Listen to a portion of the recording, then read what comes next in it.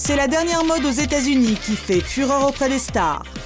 Nicole Kidman, Sarah Jessica Parker et Angela Bassett ont toutes réussi l'exploit d'avoir des enfants après 45 ans sans prendre la moindre vergeture. Leur secret, prendre une mère porteuse. Un phénomène qui prend de l'ampleur à New York où il n'est plus tabou pour les riches et célèbres d'utiliser une mère porteuse et de le dire publiquement. C'est le cas d'Alexis Stewart, une présentatrice télé qui a vendu les photos de son bébé au magazine People. J'ai décidé d'en parler parce que je pense qu'il est temps que les gens sachent la vérité, que tout ça ne soit pas un tabou. Je pense que les femmes devraient congeler leur ovocyte et leur embryon quand elles sont jeunes. Comme ça, elles peuvent vivre leur vie. Et si elles veulent attendre jusqu'à l'âge de 45 ans pour avoir un enfant, ça ne posera pas de problème. Moi, j'ai eu de la chance. Je n'ai eu aucun problème avec ma mère porteuse. Faire porter son enfant par quelqu'un d'autre lui a coûté 115 000 $.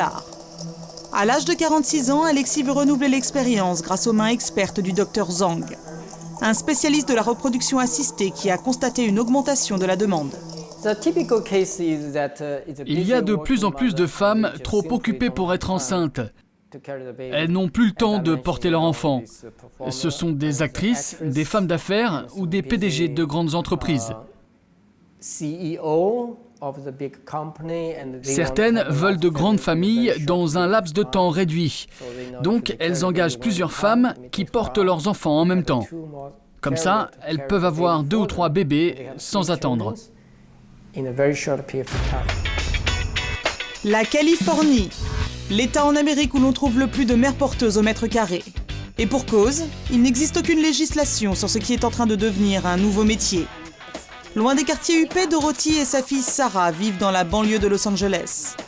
À 50 ans, Dorothy est mère porteuse de profession et va bientôt entamer sa 7e grossesse. Je n'ai pas fait d'études. Je travaille dans une pharmacie. C'est un petit boulot convenable, mais ça ne suffit pas à nous faire vivre. J'ai cette opportunité d'augmenter mes revenus tout en aidant une famille. Mais je ne vais pas mentir, l'aspect financier est la raison principale. Je suis payée 30 000 $. Il y a des pages et des pages de contrats, tout a un prix, rien n'est laissé au hasard.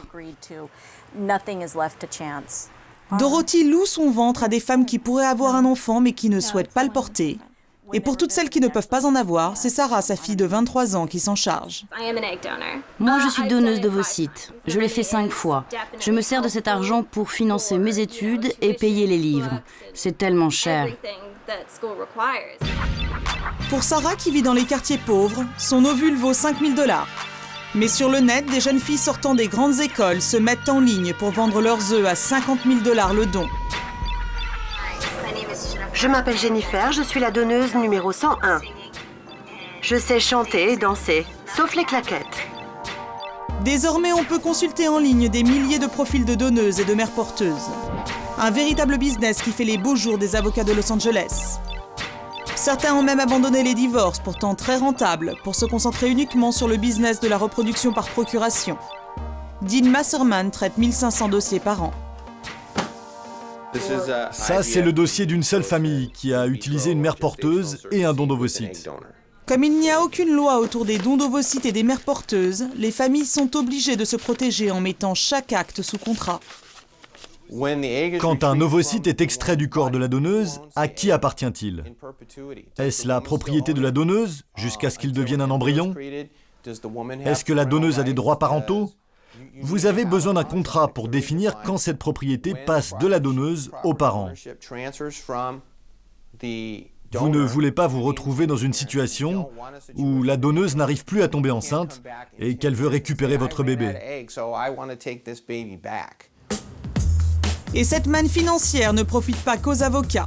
Des agences de mères porteuses pullulent à Los Angeles. Des femmes, en majorité de milieux défavorisés, s'y inscrivent à la chaîne. Une fois par mois, Jamie Williams convoque ses filles pour les soutenir psychologiquement. Une thérapie de groupe pour mères porteuses où elles peuvent livrer leurs états d'âme. Ok, nous allons commencer les filles. Bienvenue à notre réunion de soutien pour mères porteuses. Ce groupe n'est pas uniquement pour parler d'heureux événements, mais aussi pour parler de votre mal-être éventuel.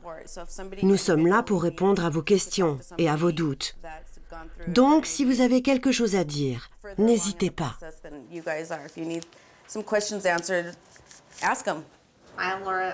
Je m'appelle Laura et j'ai accouché d'un petit garçon le 2 juillet.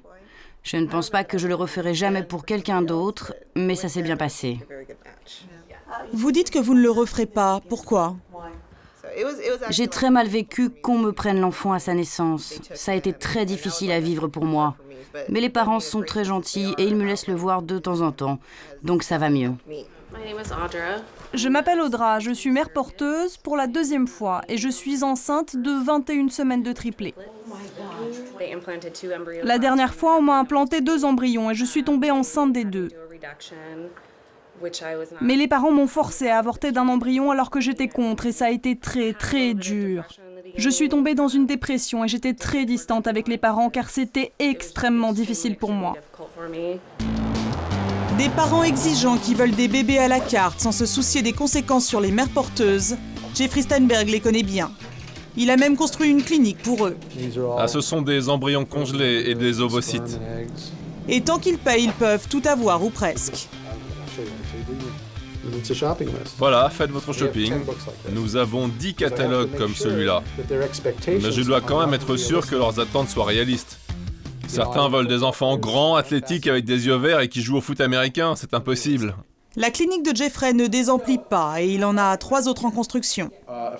Quand nous avons annoncé que nous étions en mesure de déterminer la couleur des yeux et des cheveux de l'enfant, ça a été une tempête médiatique.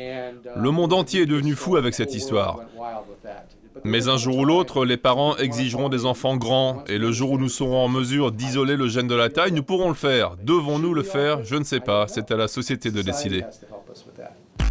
Face au grand n'importe quoi, ils sont une poignée de chercheurs à s'offusquer publiquement de la menace eugénique grandissante aux États-Unis.